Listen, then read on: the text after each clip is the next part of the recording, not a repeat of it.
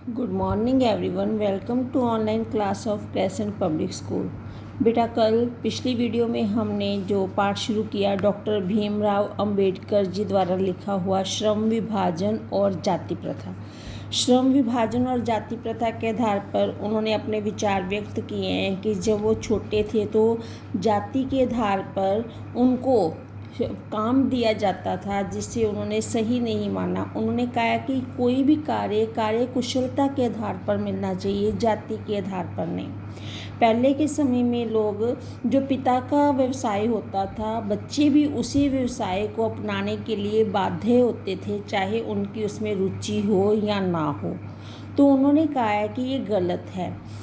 इससे भूखमरी, बेरोजगारी के बहुत से साधन जुटते हैं, अर्थात भूखमरी और बेरोजगारी फैलती है, क्योंकि अगर किसी को अपनी इच्छा के अनुसार काम नहीं मिलेगा तो वो अपने जीवन में आगे नहीं बढ़ पाएगा।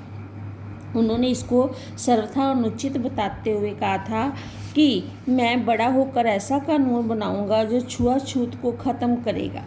इसलिए वो हमारे संविधान के निर्माता में से एक थे जिन्होंने संविधान के निर्माण में महत्वपूर्ण भूमिका निभाई। तो हम श्रम विभाजन और जाति प्रथा पढ़ चुके हैं। इसी का दूसरा पार्ट है मेरी कल्पना का आदर्श समाज।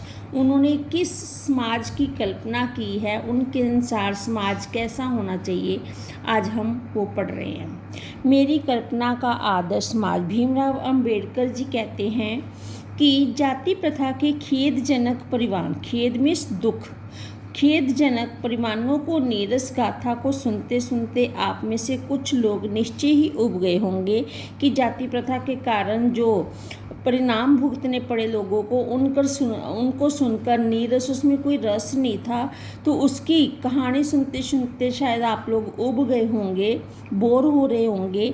यह अस्वाभाविक भी नहीं है और यह वो कहता है कि अननेचुरल भी नहीं है।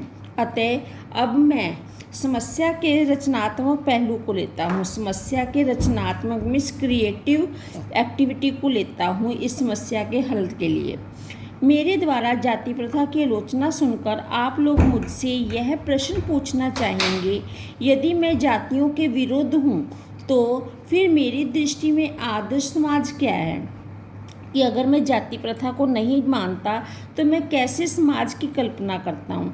ठीक है, यदि ऐसे प्रश्न पूछेंगे तो मेरा उत्तर होगा कि मेरा आदर्श समाज स्वतंत्रता, समता, भ्रातृत्व पर आधारित होगा। कि जो उसने आदर्श समाज की उन्होंने कल्पना की है वो कहते हैं उसमें स्वतंत्रता होगी, समानता होगी और भ्रातृत्व, भाईचारा होगा। ये तीनों बेस पर उसका आधार होती, ये तीनों उसके बेस होंगे जिसमें सबको स्वतंत्रता, समानता और भाईचारे की भावना होगी। क्या यह ठीक नहीं है? भ्रातृत्व अर्थात भाईचारे में किसी को क्या आपत्ति हो सकती है? किसी भी आदर्श समाज में इतनी गतिशीलता होनी चाहिए जिससे कोई भी वांछित परिवर्तन समाज के एक छोर से दूसरे तक संचारित हो सके।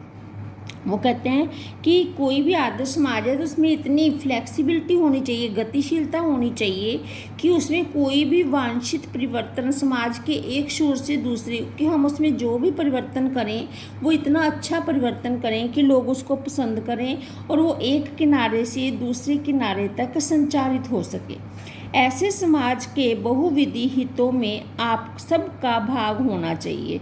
कि ऐसा करना एक के बस में नहीं है, इसमें सबका हक, सबका भाग होना चाहिए, कंट्रीब्यूशन होना चाहिए तथा सबको उनकी रक्षा के प्रति सजग रहना चाहिए। सबको जो भी हम नियम बनाएं उसके प्रति भी रक्षा के लिए उसके प्रति सजग रहना चाहिए कि वो चलते रहें। सामाजिक जीवन में अबाध संपर्क के अनेक साधन व अवसर उपलब्ध होने चाहिए। तात्पर्य यह है कि दूध पानी के मिश्रण की तरह भाईचारे का यही वास्तविक रूप है कि इतना भाईचारा अच्छी तरह से होना चाहिए, इतना फैल जाना चाहिए कि जैसे दूध में पानी मिक्स हो जाए तो उसको हम अलग नहीं कर सकते, वैसे ही यहाँ की सभी जातियाँ आपस में मिलजुल कर रहें। और इसी का दूसरा नाम लोकतंत्र है। इसी को हम डेमोक्रेसी कहते हैं क्योंकि लोकतंत्र केवल शासन की एक पद्धति ही नहीं है। लोकतंत्र मूलतः सामूहिक दिनचर्या की एक रीति और समाज में सम्मिलित अनुभवों के आदान प्रदान का नाम है। वो कहते हैं कि लोकतंत्र सिर्फ एक लोगों का शासन नहीं है, बल्कि इसमें लोगों की सबकी जीवन की दिनचर्या की एक रीति और समाज में सम्मिलित जो उनके अनुभव हैं, एक्सपीरियंस है, उनका आदान प्रदान होता है। इसमें यह आवश्यक है कि अपने साथियों के प्रति श्रद्धा व सम्मान का भाव हो। इसको हम तभी बनाए रख सकते हैं जब सबके अंदर समता और श्रद्धा का भाव होगा, सभी एक दूसरे के साथ मिलजुल कर काम करेंगे। इसी प्रकार स्वतंत्रता पर भी क्या कोई आपत्ति हो सकती है? गमन आगमन की स्वाधीनता, जीवन और शारीरिक सुरक्षा की स्वाधीनता अर्थों में शायद कि कोई स्वतंत्रता का विरोध करे। और वो कहते हैं कि मेरे ख्याल से कोई भी स्वतंत्रता का विरोध नहीं करेगा। इसी प्रकार संपत्ति के अधिकार, जीविका उपार्जन के लिए आवश्यक औजार, जीविका को कमाने के लिए आवश्यक औजार और सामग्री रखने का अधिकार, जिससे शरीर को स्वस्थ रखा जा सकता है, के अर्थ में सभी स्वतंत्रता पर कोई आपत्ति नहीं हो सकती। कि अगर सबको ये चीज़ें समान रूप से मिले तो इसमें किसी को कोई आपत्ति नहीं है, हर कोई स्वतंत्रता को पसंद करता है। तो फिर मनुष्य की शक्ति के सक्षम तथा प्रभावशाली प्रयोग की भी स्वतंत्रता क्यों न प्रदान की जाए।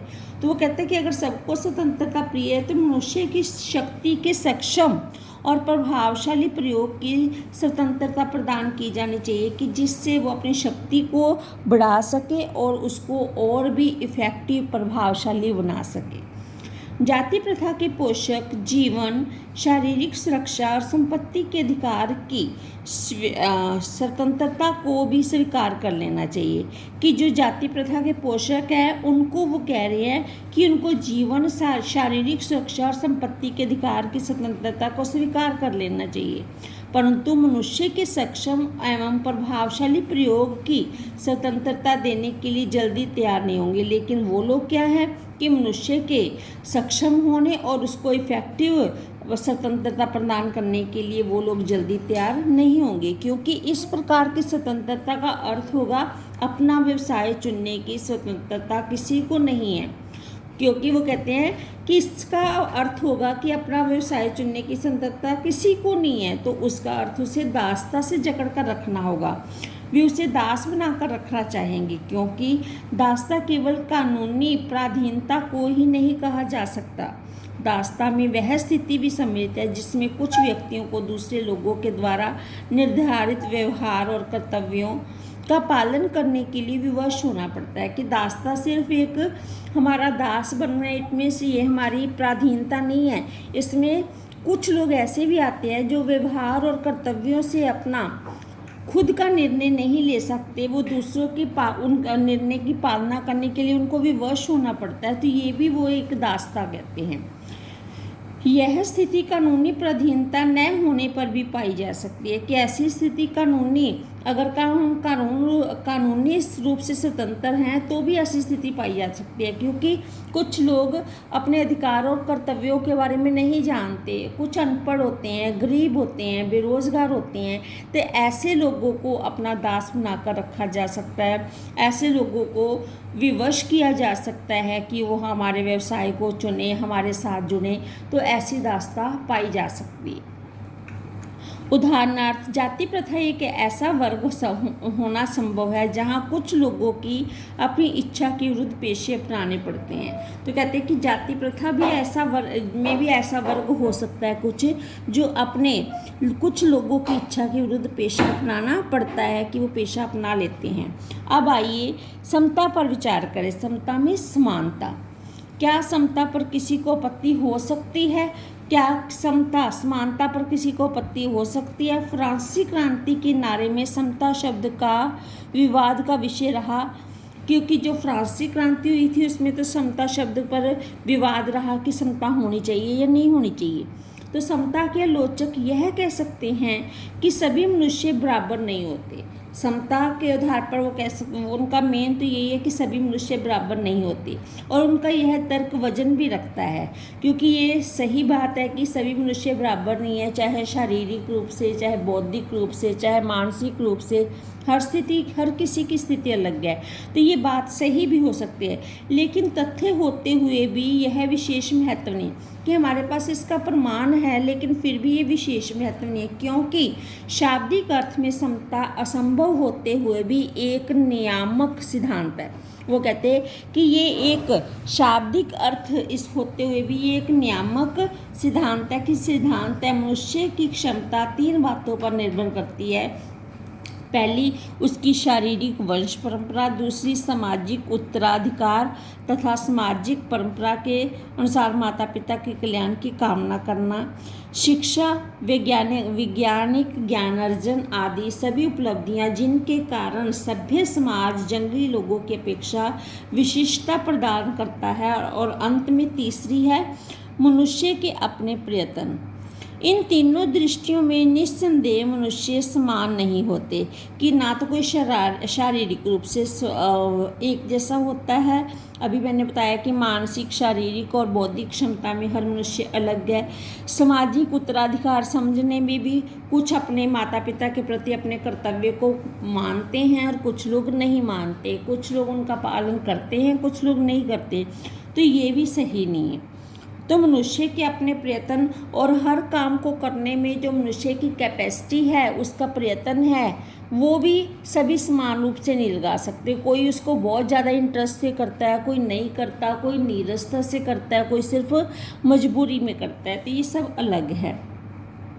तो इन दृष्टियों में निस्संदेह मनुष्य समान नहीं होते। तो क्या इन विशेषताओं के कारण समाज को भी उनके साथ असमान व्यवहार करना चाहिए? समता विरोध करने वाले इसका क्या जवाब है? वो कहते हैं कि वो लोग तो कहते हैं कि इतनी विभिन्नताओं के होते हुए क्या हम इनको एक समान मान सकते हैं? तो समता विरोध करने वाले के पास इसका क्या